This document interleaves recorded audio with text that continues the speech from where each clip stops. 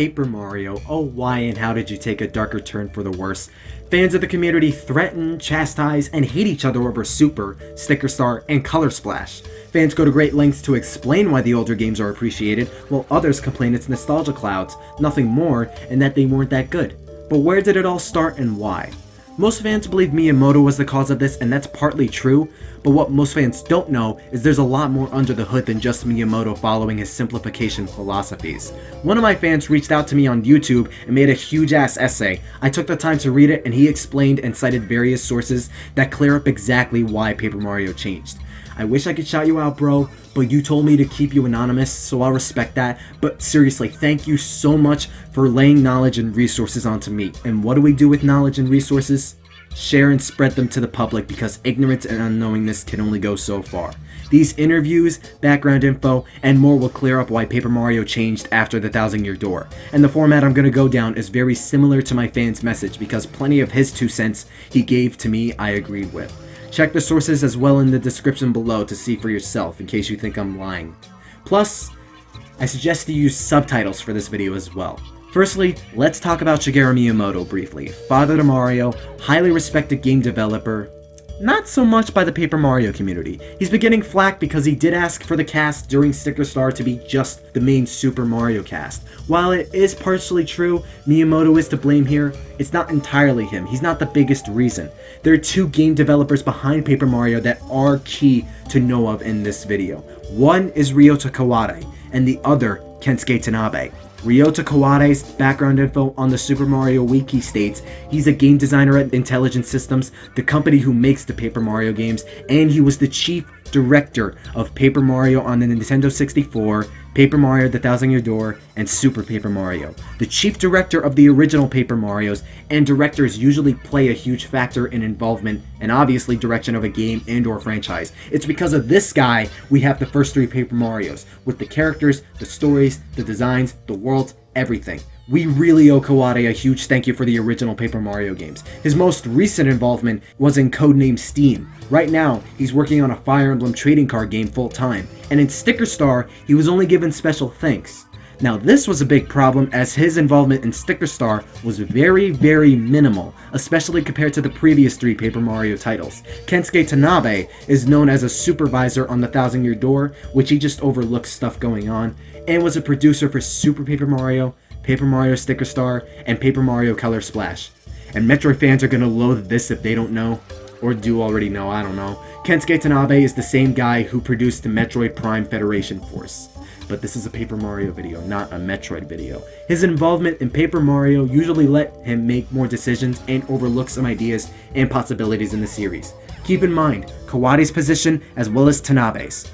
Kawade chief directed the first 3 Paper Marios, while Tanabe supervised the 1,000-Year Door and produced Super, Sticker Star, and Color Splash. Their involvements again are key to this explanation towards the drastic change Paper Mario took. As you can see, the only time both these guys worked on a Paper Mario game together through some extensive length is Super Paper Mario, which is where this whole Paper Mario debacle started. The game was criticized for going the same 2D platforming approach Super Mario Bros. Is well known for. Why did they go for such a shift in terms of gameplay?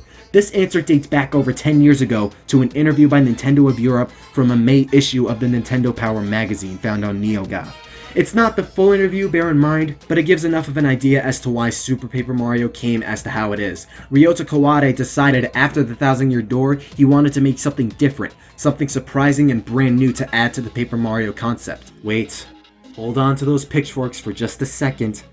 He came up with some plans to make the game shift between 2D and 3D, and because traditional Mario-style battles worked better in the game to effectively utilize dimension swapping, they opted for this gameplay style. Kensuke Tanabe responded as he saw eye to eye with Ryota Kawade, and mentioned his thought of an action-adventure game suiting this title more, despite him asking to keep the RPG-like story.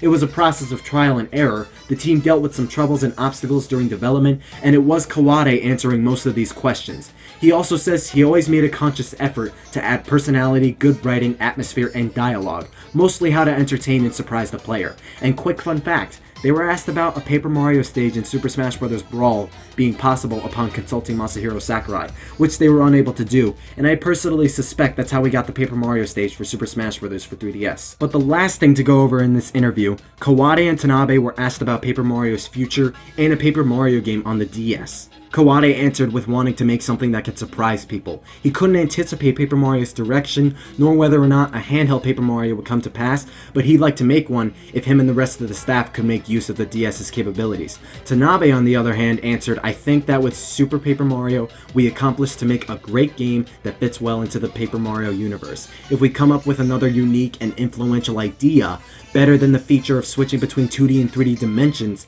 then we may start to create a new Paper Mario title. However, we are not working on anything concrete at this point in time." The fan who messaged me searched up more throughout Mario wikis and gaming sites and such to try and find the full interview, but this brief summary on the Super Mario Wiki may come in handy.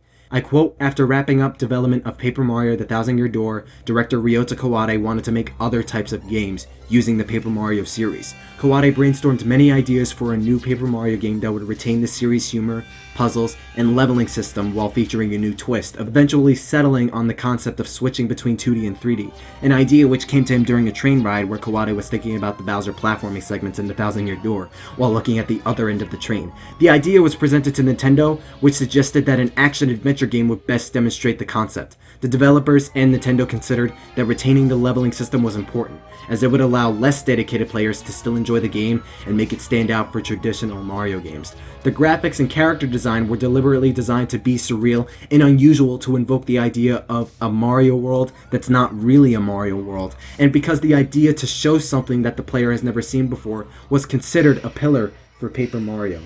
So Kawade wanted to try something new with Super Paper Mario, and it's clear as the sun in the sky what he was trying to do. He didn't want the RPG-like system removed entirely, so really me and my fan think they referred to Kensuke Tanabe since he suggested the game should be an action-adventure platformer, not Nintendo. It seemed Kawade was unsure of Paper Mario's direction, and whether or not they continue with Super Paper Mario's gameplay style, return to the RPG-like battle mechanics, and others, or use a different style altogether. But Tanabe stated they just look for a new style.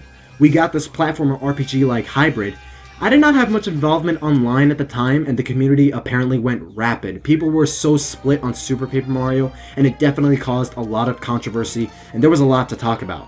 If you asked me, I believe Super still qualifies as a Paper Mario mainly because it still has the core elements most people cherish and desire from a Paper Mario game. It has unique characters, it has unique locations and designs for both characters and worlds, albeit some are lazy and bland.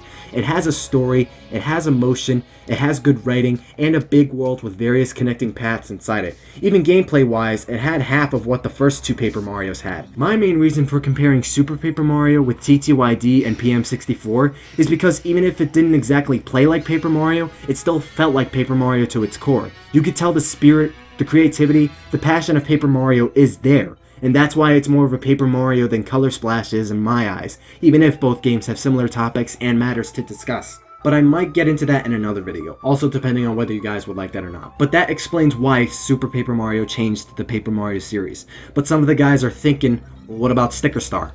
Before I touch on that, let's discuss the common misconception that Shigeru Miyamoto is the one that ruined Paper Mario. It's no secret Miyamoto is for some reason against original characters and a lack of story and design. But why? What makes a simplified game much more appealing to him? Is he lazy or something?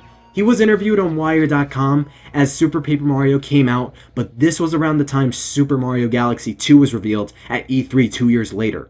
He was asked on why Galaxy 2 didn't have a deep storyline unlike Super Mario Galaxy. Miyamoto explains he doesn't feel Mario games should come with a deep, overarching story. He feels Zelda should have those deep stories, but Mario shouldn't. He believes Mario games are about a bright and fun experience, and you don't need complicated settings with characters with backstories weighing down the bright and lighthearted feel of the game. A villain you fight to beat and find out they're not that bad is enough of a story for a fun experience in his eyes, which is a recurring theme in Mario games. Donkey Kong in the original arcade game is an example, as he was just misunderstood and not really a bad guy. But here's an interesting bit. The assistant director of Super Mario 64, director of Super Mario Sunshine and Super Mario Galaxy, and the producer for Super Mario Odyssey, Yoshiaki Koizumi, disagrees with Miyamoto's beliefs on storytelling. Miyamoto states Koizumi's the type of person who wants to add more story elements in a Mario game. That's how we got Rosalina's backstory and a subtle narrative in Super Mario Galaxy, but Miyamoto was able to stop him with Galaxy 2's storyline. Koizumi was interviewed by Wired.com as well back in 2007 and explained he likes to try and add story elements in Mario and Zelda games, even if Miyamoto says to keep them out. And this isn't the only time Miyamoto tried to take down a story in Mario games either. He even told the team working on New Super Mario Bros. Wii to just throw a cake and let Bowser Jr. and the Koopalings kidnap Peach at the beginning of the game and nothing more. There's another link to a Koizumi interview in that Miyamoto interview on Wired.com, and like I said, check the description for all these citations and information to see for yourself. Growing up in college, Koizumi wanted to be a film director, and getting the opportunity to work at Nintendo in college gave him a goal, which was having a character in a certain kind of world, having him go throughout a series of actions to accomplish something, and creating a dramatic tension throughout that. I won't go too into detail in this interview, that's something I can leave for you guys to read, but let's be clear. They both have different styles and methods creating a game and its story. One style is not wrong. Now, I want to give my 2 cents on this matter. In a few ways, I could somewhat see what Miyamoto's trying to say here. With Mario, you don't necessarily need a concrete story to enjoy his games, as long as the game itself plays and feels fun and great. But I seriously have to disagree with pushing that philosophy onto his workers and games a lot, especially during the Wii U and 3DS era, and even more so to the Paper Mario series. With 3D and 2D Mario games, stories aren't as crucial, but when they're added, they provide a different angle, a different perspective on the whole game. They add more influence and emotion to the game and the player. It can push a player to play the game even more and learn to love and respect it more when it has the character, charm, and personality than the game would have just with being a simple story with various random worlds and levels. That's usually why most games nowadays try to go for that story, those extra slices of life moments, adding those layers to make the game feel more special and more in-depth. And even then, players don't understand the first time, and when they understand years later to see that depth and when it finally shines, that makes the game all the more appreciated and loved. Take this whole Peach and Bowser forced marriage thing in Super Mario Odyssey, and how each world ties into that wedding and the characters as well. That just makes the game itself feel more connected with the characters, the world, and the Super Mario franchise. It makes a video game feel like one massive continuative world and story. It's something you don't even have to add, but when it is, not only is it more appreciated and noticeable, it makes the universe of that game feel a lot more alive. You can feel the emotion, you can feel the happiness, the sadness, you can feel these games, these characters, these worlds hold more value, more human-like nature, and more structure than being just one-dimensional. Not only that, but they never weighed down the experience. Rosalina's backstory's sad, yeah, but that never interfered with the gameplay and overall story itself, especially since it was an optional feature you could look into yourself. Super Mario Galaxy felt epic and dramatic, but still felt fun and exciting. The narrative given is that extra oomph that gives Galaxy the praise and love it still does today. This is why I'm hyped that Yoshiaki Koizumi seems to be taking a huge part in developing Super Mario Odyssey, because it really does seem like we're getting that extra narrative, a bit more story, and especially more character and expression in Super Mario Odyssey, even if he's not really directing it. But with Paper Mario, it's a lot less forgiving, because those games are well known for their story and characters, not just because of the fact they were RPGs from the beginning, but Paper Mario as a whole, even its Super, is well known for its characters, its personalities, its writing, its world and world building, its events, its stories, not just the gameplay. So to nerf the Paper Mario series to fall in line with Super Mario 3D Land and Super Mario 3D World, as well as the new Super Mario Bros. Games in terms of simplicity and lack of originality and creativity, is why fans do not like Sticker Star and Color Splash, at least not nearly as much as the previous 3 titles, especially when that's not what Paper Mario was to begin with. That's why I respect Yoshiaki Koizumi in the aspect that he challenged Miyamoto's beliefs and gave us a better Mario game than what would have been back on the Wii, and we might be getting that in Super Mario Odyssey. I feel like it's because of Miyamoto's beliefs. It also affected other franchises like Star Fox getting the same story the 3rd time in Star Fox Zero, but that kind of dragged on a lot longer than I hoped. Guess that gives more light onto both developers in some Mario games, including Odyssey, so I might break that part into its own video. Sorry for kind of going off track. Moving on, Paper Mario Sticker Star. The elephant in the room, the black sheep of the Paper Mario series. Starting development in 2009, roughly 90% of the development staff were newcomers to the Paper Mario series, while a couple veterans worked on the project. Game came out on 3DS, hoping to make use of the 3DS's stereoscopic 3D, Naohiko Aoyama directed it and art directed the first Paper Mario game, but wasn't involved in the sequels up until Sticker Star. And with the interview ending with hope of finding the new style, you might be thinking they screwed up from the get-go. But no, they got the right idea initially, as for one, the game started as an RPG. And don't forget, this was the first time when Kawade didn't work on a Paper Mario game. Some of you may remember there were hints of a different Paper Mario in there. Like Mario had a chain-chomp partner, he used it to break things, the art style was different, it had a lot more details, and it was reminiscent of the first Paper Mario. There was a place where giant cards light around, there was a King Mole boss fight. There clearly was inspiration of the original Paper Mario in Sticker Star initially. This game did show promise, but when Miyamoto checked the demo build, he was reportedly unimpressed, dismissing it as, and I quote, just support of the GC version. He then requested a big change to be made, and that's where shit turned hotter and smellier. In an Iwata Asks interview, details regarding Sticker Star's development were given, although it's not fully explained. It does, however, give insight on Sticker Star and what modern-day Paper Mario is, answering plenty of relevant questions today. Stickers were an idea brainstormed and originally going to be used for puzzle solving, but were just decided to be expanded into the full game. Miyamoto asked to only use characters from the Super Mario world. Wait.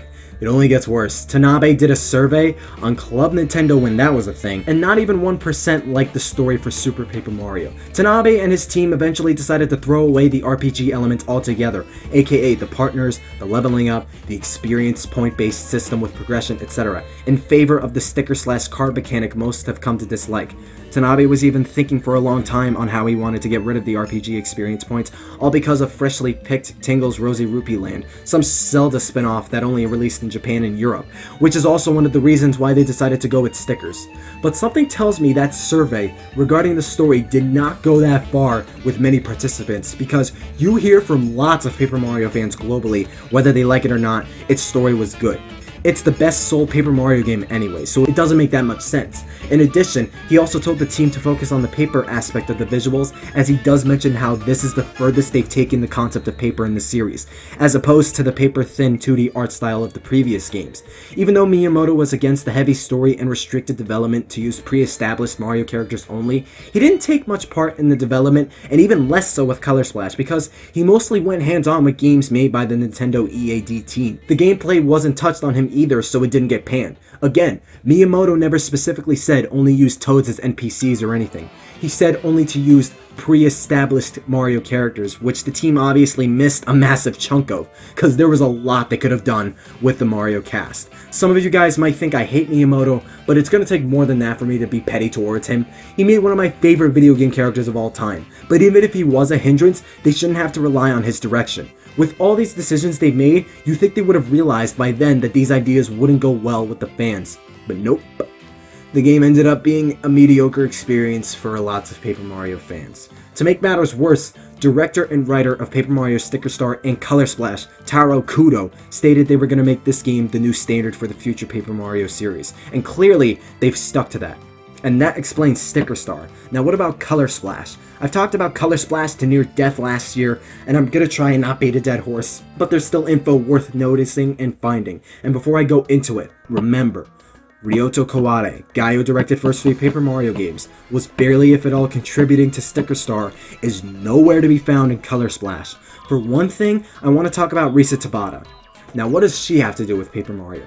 To be honest, almost nothing. Color Splash was the first Paper Mario game she worked on, and she had no prior knowledge towards previous entries or its history. When she was interviewed by GameXplain last summer for Color Splash, she was not the right person to answer those questions at all when she was asked. And it's not only from just GX's interview. For instance, we can't have 2 Mario RPGs. That response leaving plenty of fans concerned and worried, especially when Paper Mario came first. She was not in the right position to answer those questions with no background knowledge at all, and not only that, she never even mentioned Miyamoto when it came to the characters in the game. To be honest, I feel guilty and sorry for her because she was not the right choice for being questioned, and all that hate got thrown at her, and I was well a part of that. I was in the wrong, I was ignorant, just as many other fans were. Our anger and worries got slung into hatred towards someone there just to cover the game, and it was wrong as hell. I'm humbly sorry for acting like I did a year ago, especially now that I'm over it. But also, she was the one who teased remakes for the 1000 Year Door. I would not get my hopes up for that just because She didn't have any prior knowledge, and since the team at Intelligent Systems is mostly not the same ones from the first 3 Paper Mario games.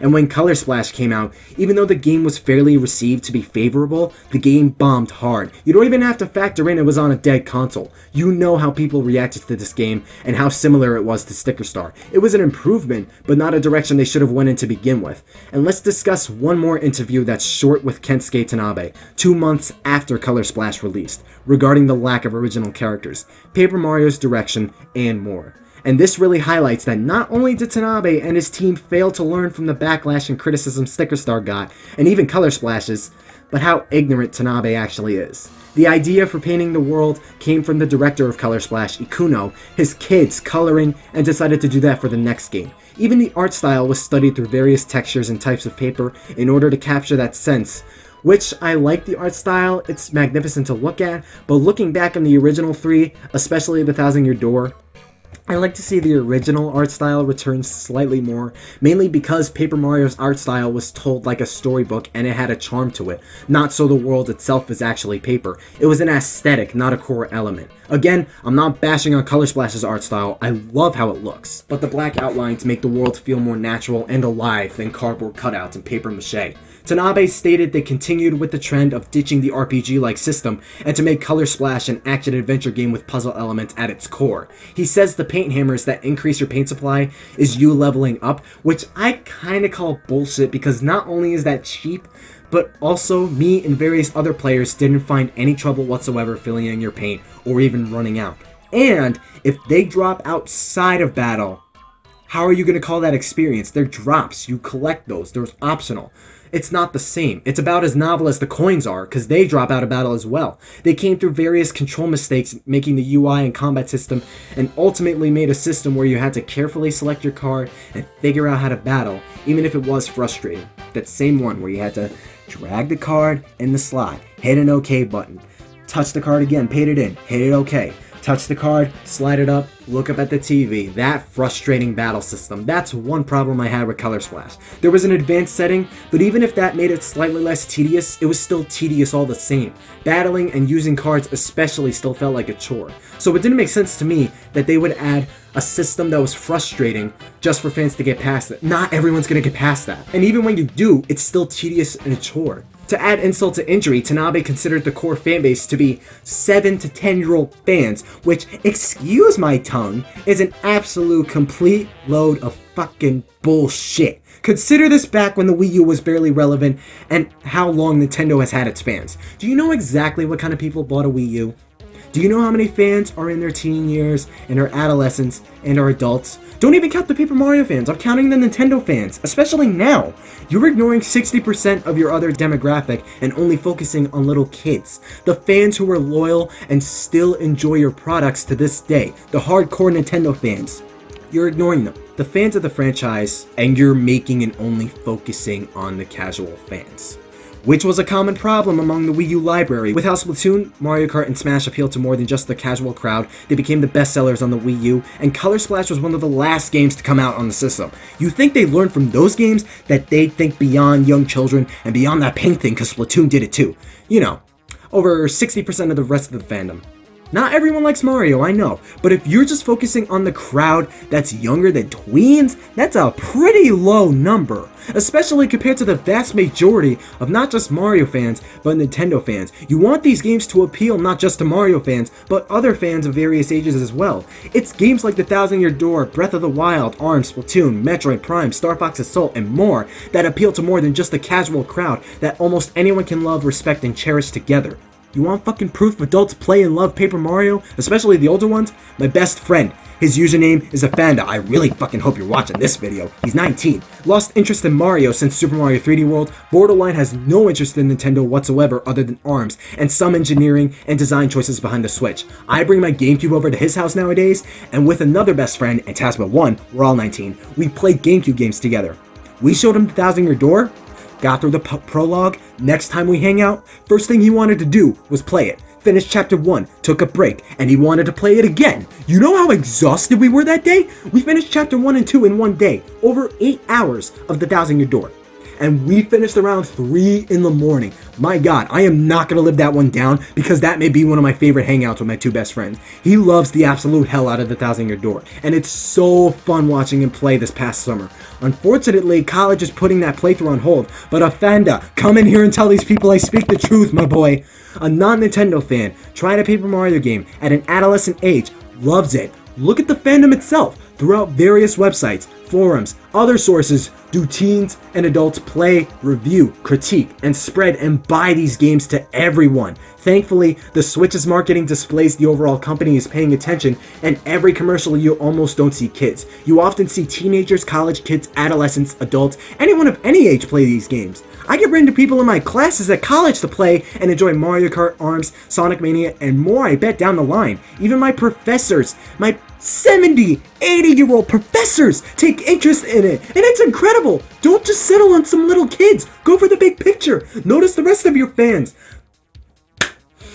Excuse me. But back to more pressing matters. Tanabe continues to stay true at face value to Miyamoto's beliefs with characters and only uses Toads as well. Tanabe usually likes to prioritize how we can build and create new systems, new methods, new elements, and doesn't consider companions, past characters, past battle systems, etc.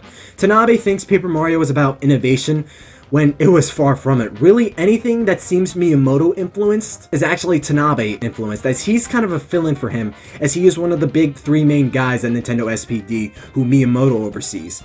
He's been single-handedly making these changes to the series since Super Paper Mario. There are other producers, yes, but in terms of change here, they're irrelevant and come from the intelligent system side. Tanabe's usually the one credited since he's under Nintendo, unlike the others. Clearly, he's completely out of touch with the fans of the series and is not the person to leave in charge. So, to all the people who believe Miyamoto was the red flag to Paper Mario or Risa Tabata, it's somewhat true for Miyamoto, but no. From the evidence here, it was Kensuke Tanabe. I think what sucks more is there's a real Paper Mario game under Color Splash and under Intelligent Systems. Throughout those restrictions, the innovation, the different paths taken, and good writing and music, there is a Paper Mario game millions of fans want that are stuck and writhing in agony. It's trying to break out of its prison, but it's continually weighed down and shackled. It's infuriating. You could tell from the writing in the game, some jokes, some ideas in Color Splash could work in an RPG Paper Mario game most of us want. I'm sure some developers at Intelligent Systems feel the same way. The concept art even shows this. Dupligos returning, the large variety in enemies and characters, more Toad differentiation, new enemies, and you could clearly see there's talent as shown from Color Splash's music and writing. But for some reason, Tanabe does not want them to go full throttle and rejected those under his radar. Now, I highly disagree with how Tanabe seems to be doing things for Paper Mario nowadays. I don't necessarily hate him. I don't even know him. But dude, please listen to the people that want the best out of the series and love it so. Don't be so stubborn and take criticism for more than just Mario's creator. He's impacted the gaming industry, yes. He's a big and important figure that should be respected. Hell, maybe he wants to be like him. But do not cower and be afraid to give your ideas and see others or challenge Miyamoto's beliefs, especially when they go against what millions loved coming from the series they admire. Yoshiaki Koizumi did. Look what happened. We got a fantastic Mario game. And we might be getting another one, which might be the best one on the Switch as well because of it. This could be a case of miscommunication because Sticker Star's development started out as an RPG, and he said that was fine. It was when Miyamoto objected he pushed the boundaries and took what he said to the fullest. I have a feeling there must have been some miscommunication between him and Miyamoto, but what's laughable is after those changes, Miyamoto thought the game was boring after the team removed the cool and interesting things they implemented up until that point. So why not keep it as interesting as you originally did then? Why continue to enforce that boring game even in the next one? As accurate as this adds up, there may be some things wrong here, or some things that I and my fan didn't pick up on this, so it may not be 100% accurate. Either Miyamoto's to blame, or Tanabe is. It's up for debate. I really think it's Tanabe. But in reality, Miyamoto's not the whole blame here. That's misconstrued. Tanabe has involvement in this as well, whereas Risa Tabata had none up until that interview. Ryota Kawade left after Super, the guy who directed and gave us the first 3. The current producer is miscommunicating among his idol and fan base. The development team is inconsistent. No one seems to challenge Miyamoto's simplistic ideals, and most of all, no one is thinking to look at the gamers and fans who love the series and want it to succeed and reach a bigger audience. Imagine what it would have been like if Sticker Star's build was never shown at that E3. Ever since it was released, Paper Mario's identity and direction is practically gone, and God knows where the series is going to go now. The only reason it got created was to cover up the gap Square Enix made after ditching Nintendo during the Nintendo 64 era. Intelligent Systems were there at the wrong place and the wrong time during Sticker Star and Color Splash, and it's really depressing if you think about it. I mean, come on, man! The first game in the series was called Mario Story in Japan for a reason. To take it even further, it was originally a sequel to Super Mario RPG, but thanks to complications with Square, they changed the title. The RPG system, the lovable unique characters, and the compelling stories are all what truly defined Paper Mario. Tanabe and the rest of the new team at Intelligent Systems became so delusional that they don't see that. At this point, I am so damn thankful Alpha Dream didn't change Mario and Luigi with any drastic changes. Paper Jam doesn't have that story or world, but it still has the RPG gameplay, the writing, the comedy, and the character that Mario and Luigi is so well known for. The way I see it, the Mario and Luigi series is still golden, and who knows whether or not the next real Mario and Luigi game will be on Switch or not, and praise the Lord, they're remaking one of the best on 3DS. Wish it was on Switch, but I hope they remake Partners in Time for Switch, wink wink. Intelligent Systems, on the other hand, is going to give us a Paper Mario game with a different system that could either be better or worse than the last one. Speaking of Mario and Luigi, Paper Mario had existed before the Mario and Luigi series, so why discriminate and believe there can only be one? I really hope that's not being driven home either, because who thought that would be the best course of action when they function differently? This really needed to be discussed because so many people out there do not know about this information. I was lucky enough one of my fans reached out and messaged me to tell me all this and show me the money. That fan who sent me this information in that long message who wanted to remain anonymous, thanks again so damn much. This opened my eyes and hopefully opened up all of your eyes too. I feel like this really needed to be talked about. It's shocking how little people know about this before I made this, which I'm hoping it spreads like wildfire, and how we just blame Nintendo collectively, which I unfortunately was doing as well. This had nothing to do with sales of the previous games, nor the lack of interest in the series. As far as me and that fan concerned, the only hope left for the series is either Tanabe realizes the fanbase isn't okay with this direction, Ryota Kawade comes back and fixes it, or pass on the role of producer to someone who has a better understanding of the Paper Mario legacy like Kawade. If neither of these happen, then the Mario story Paper Mario we know and love, that unique spin on the Mario universe that adds so much diversity and lore to it, will never come back. And all we have now is this papercraft depiction of an incredibly generic and uninspiring world's characteristics of games like New Super Mario Bros. The fan who messaged me couldn't have said it any better myself, and I really like his point. And right now, I feel like we have to step in. Like, all I care about is reaching out to the whole fandom. It's unrealistic. Man, this explains why Paper Mario has gone down the path it did. Big and small YouTubers, big and small media outlets should see this, because this counts for Paper Mario's past, present, and future as of today. Be aware. Be aware of the knowledge me and the fans provided in this video. That way, we'll know what to expect through interviews, messages, letters, sales, reviews, etc. Not petitions, because those don't do shit. We gotta let Tanabe and Intelligent Systems know. Maybe somehow get in touch with Ryota Kawade. I hear he has social media accounts, and ask him to come back. Send fan art, OCs, fan Paper Mario games. Just try and show him, Tanabe, and or Intelligent Systems we care. We care about Paper Mario and want it to succeed and be as charming, endearing, adventurous, and fun as it used to be. We can at least try. This is partly why I'm not saying Nintendo's fully back and it's the start. It's too early. I'm obviously hyped for Super Mario Odyssey and other games to come. I don't believe we'll get the Paper Mario game we want unless we do something. I want to do more than just cling on that slither of hope we might see Paper Mario in a real adventure, with real worlds, and real characters, and a real story. I also appreciate those who took the time to watch this video, because let's be real, it was long as hell. I did not expect this to be that long, but with how crucial this info is, it can happen. So please, share this and let fans know why Paper Mario changed, why it turned for the worse, why Miyamoto is the way he is, why Tanabe is what he is, why Kawade left. Ask Kawade to come back. Ask Tanabe to listen to his fans. Tell him to not take Miyamoto's values to heart. Let other developers, fans, and yourself pitch in with your ideas among Paper Mario fans and really any Mario fan. Let them know we don't want the simplicity. We don't want unoriginality. We want a story. We want characters. We want charming personalities. We want interesting worlds. We want new characters and new enemies. We want partners. We want an RPG battle system.